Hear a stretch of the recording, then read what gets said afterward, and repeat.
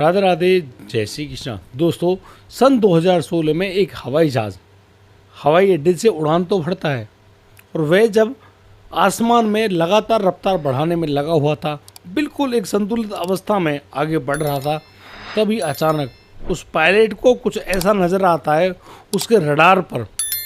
वह बहुत बुरी तरह से एक चेतावनी की घोषणा करता है अपने जहाज़ में। कहता है कि सभी यात्रीगण अपनी अपनी सीट बेल्ट्स बांध लीजिए, हो सकता है कुछ मामूली झटके आपको लगें।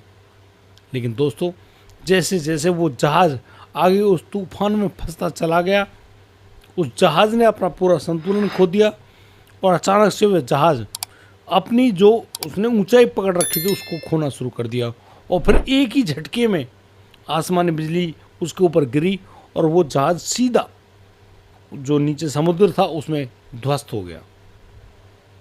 ये इतना बड़ा हादसा था कि किसी को भी सोचने के लिए मौका ही नहीं लगा।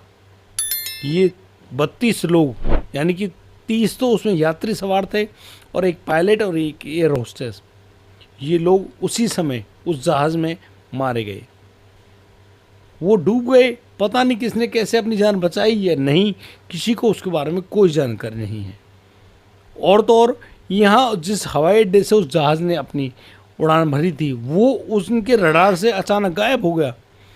पुलिस भी या फिर जो वहाँ के सुरक्षा अधिकारी थे उन्होंने जानने की कोशिश तो करी कि जहाज़ कहाँ गया, लेकिन जहाज़ वाकई में कहाँ गया उसके बारे में किसी को कोई जानकारी नहीं थी, क्योंकि नीचे एक समुद्र था। सभी लोगों ने यह समझ लिया कि वो प्लेन क्रैश हो गया और जहाज़ जो पानी का जो समुद्र है उसमें डूब गया। और यहाँ पर लोगों ने ढूंढने का प्रयास भी नहीं किया। लेकिन दोस्तों, यहाँ पर एक ऐसी कहानी बनती है उस जहाज़ के मलबे से, जिसको जानोगे आप तो हैरान रह जाओगे। दरअसल उस जहाज़ के मलबे में छिपे हुए मिले दो यात्री, जो था जहाज़ का पायलट और दूसरी थी जहाज़ की एयर होस्टेस। पता नहीं कैसे वो उस जहाज़ के मलबे में एक तरफ सुरक्षित लेटे हुए थे और वह जहाज़ का मलबा लहरों के साथ साथ बिल्कुल किनारे पर जा लगा और वो एक ऐसी जगह पर पहुंच गए जो कि एक बिल्कुल अनजान द्वीप था।